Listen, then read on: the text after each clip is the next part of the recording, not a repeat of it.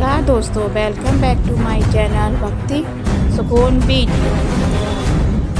आज मैं लाई हूँ महाभारत की वह अनसुनी कथा, जो उसमें मैंने इस कथा का वर्णन नहीं किया। जो कथा अब तक मैंने आप लोगों को सुनाई है, इस कथा का मैंने वर्णन नहीं किया कहीं भी। आज मैं आपको वही बता रही हूँ। अश्वत्थामा का अमर होने का वरदान क्यों मिला था, क्या आप ये जानते हैं? सोचिए, अगर आपको कभी मरने का मौका ही ना मिले और ना मृत्यु ना मुक्ति, सिर्फ दर्द, अकेलापन और अंतहीन जीवन, यही कहानी है इस युद्ध की, जिसे अमर होने का वरदान नहीं बल्कि एक भयानक श्राप मिला हुआ था। उसका नाम था अश्वत्थामा। महाभारत सिर्फ एक युद्ध नहीं था, और यह धर्म अधर्म की सबसे बड़ी परीक्षा थी। और इसी युद्ध में जन्म हुआ एक ऐसे रहस्य का जो आज भी लोगों को डराता है। कहते आज भी अश्वत्थामा जीवित है, घूम रहा है, भटक रहा है, अपने प्राणों का प्रायश्चित कर रहा है। दोस्तों, अगर आपको मेरी वीडियो अच्छी लगे तो कमेंट।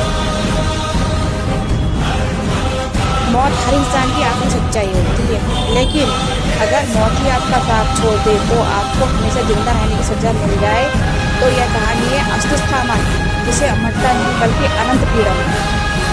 महाभारत एक ऐसा युद्ध था जहाँ सिर्फ तलवारें नहीं टकराई थी, बल्कि भावनाएं, रिश्ते, धर्म, अधर्म भी सामने आए। और इसी युद्ध की राह में छुपी एक ऐसी कहानी जो आज भी लोगों को बेचैन करती है। चलिए मैं आपको कहानी सुनाती हूँ। अश्वत्थामा का जन्म कोई सामान्य घटना नहीं थी। वह महान गुरु द्रोणाचार्य के पुत्र थे, लेकिन जन्म के समय ही कुछ ऐसा हुआ जिसने उसे बाकी बच्चों से अलग बना दिया। जैसे ही वह पैदा हुआ, उसने घोड़े की तरह जोर से आवाज निकाली, और तभी उसका नाम पड़ गया अश्वत्थामा। उसके माथे पर एक दिव्य मणि थी जो उसे अद्भुत शक्तियाँ देती थी। वह किसी भी बीमारी से सुरक्षित था, कोई भी राक्षस या सास उसे आसानी से नुकसान नहीं पहुंचा सकता। यह मणि उसकी अमरता का कारण मान जाती है। लेकिन क्या यह सच में वरदान था या आगे चलकर अभिशाप बनने वाला था? बचपन गरीबी और अपमान किया। हालांकि वह एक महान गुरु का पुत्र था, लेकिन जिंदगी राजकुमार जैसी नहीं थी। द्रोणाचार्य के पास धन नहीं था। एक दिन छोटा अश्वत्थामा अपने दोस्तों को दूध पीते देखता है। उसकी आंखों में चमक आ जाती है। वह दौड़कर अपनी माँ से पूछता है, माँ के पास जाता है और कहता है, माँ मुझे भी दूध चाहिए। लेकिन घर में दूध नहीं था। माँ ने आटे को पानी में घोलकर उसे दे दिया, और मासूम अश्वत्थामा उसे दूध समझकर पी गया। लेकिन जब उसे सच्चाई पता चली तो उसके दिल में गहरा घाव बन गया। उस दिन उसके अंदर हीन भावना, अपमान और क्रोध की पहली चिंगारी थी। समय बीतता गया और धीरे धीरे अश्वत्थामा एक महान योद्धा बन गया। लेकिन उसके दिल में एक ही कमी हमेशा रही, सम्मान। तभी उसकी मुलाकात हुई दुर्योधन से। दुर्योधन ने उसे वो सम्मान दिया जो शायद कभी नहीं मिला था। उसने उसे दोस्त बराबरी दी, और यही वजह थी कि अश्वत्थामा ने कौरवों का साथ चुना। यह फैसला भावनाओं से लिया गया था, लेकिन इसके परिणाम बहुत भयानक होने वाले थे। महाभारत का युद्ध शुरू हुआ, धरती कांप थी, आकाश गूंज था। हर दिन हजारों योद्धा मारे जाते थे, और इस युद्ध में अश्वत्थामा एक खतरनाक योद्धा बनकर उभरा। उसकी शक्ति, उसकी रणनीति, सब कुछ उसे अलग बना देता। पांडव भी उससे सावधान रहते थे, लेकिन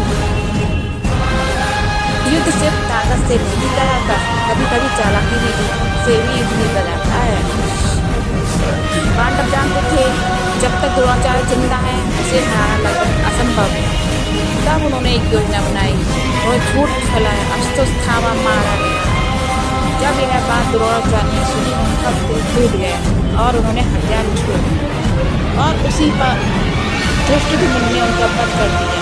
यह सिर्फ एक हत्या नहीं थी, एक पिता के विश्वास का टूटना था। जब अश्वत्थामा को अपने पिता की मृत्यु का सच पता चला, वह अंदर से टूट गया, लेकिन यह तो धीरे धीरे भयानक हो गई। उसकी आंखों में आंसू नहीं थे, आग थी। उसके दिल में शोक नहीं, बदला था। उसने कसम खाई, मैं पांडवों का वंश खत्म करूंगा। उस पर एक योद्धा एक घोरित विनाशक बन गए। रात का समय था, चारों तरफ सन्नाटा था, पांडवों का सिर सो रहा था और तभी अश्वत्थामा ने हमला किया। लेकिन ये युद्ध नहीं था, यह एक सोए हुए लोगों पर हमला था। यह मासूम बच्चों की हत्या थी। उसने पांडवों के पुत्रों को मार डाला। बिना चेतावनी, बिना कहे उसने पांडवों को इनके पुत्रों को मार दिया। उस रात अश्वत्थामा ने अपनी सारी मर्यादाएं खो दी। जब पांडवों को यह पता चला तो अर्जुन ने उसका सामना किया। उससे भी आकर अश्वत्थामा ने ब्रह्मास्त्र छोड़ दिया। अर्जुन ने भी दोनों अस्त्र टकराने वाले थे और इसकी पूरी सृष्टि खत्म हो सकती थी। तभी श्री कृष्ण भगवान ने हस्तक्षेप किया। श्री कृष्ण भगवान ने अश्वत्थामा को रोका और कहा, तूने अधर्म की सारी सीमाएं पार कर दी है, इसलिए तुझे मृत्यु नहीं मिलेगी। उन्होंने उसे श्राप दिया, तू हजारों सालों तक जीवित रहेगा, तेरे घाव कभी नहीं भरेंगे, तू अकेला रखेगा। और उसकी दिव्यमणि छीन ली गई। कहते हैं अश्वत्थामा आज भी जीवित है। कुछ लोग दावा करते हैं उन्होंने उसे देखा है, कुछ कहते हैं वह मंदिरों में आता है, लेकिन कोई पक्का सबूत नहीं है। शायद यह आज भी भटक रहा है, कि पापों का बोझ है। तो दोस्तों, अश्वत्थामा को अमरता का वरदान नहीं मिला था, उसे मिला था एक श्राप जो स्वयं श्री कृष्ण भगवान ने दिया था। वो मौत से भी ज़्यादा भयानक था, जो उसके सारे अपने छड़ गए। अभी वो अपनों कहाँ ढूंढेगा, कहीं कोई नहीं मिलेगा। अगर आपको हमेशा जिंदा रहने का मौका मिले तो क्या आप इसे स्वीकार करेंगे या फिर उसे सीमित जीवन ही बेहतर है? कमेंट में जरूर बताना। अगर आपको मेरी वीडियो अच्छी लगी हो तो कमेंट में लिखना जय श्री कृष्णा। मेरे चैनल को लाइक करें, सब्सक्राइब करें एंड शेयर करें। मैं आपको ऐसी ही मोटिवेशनल स्टोरी लाती रहूँगी। धन्यवाद।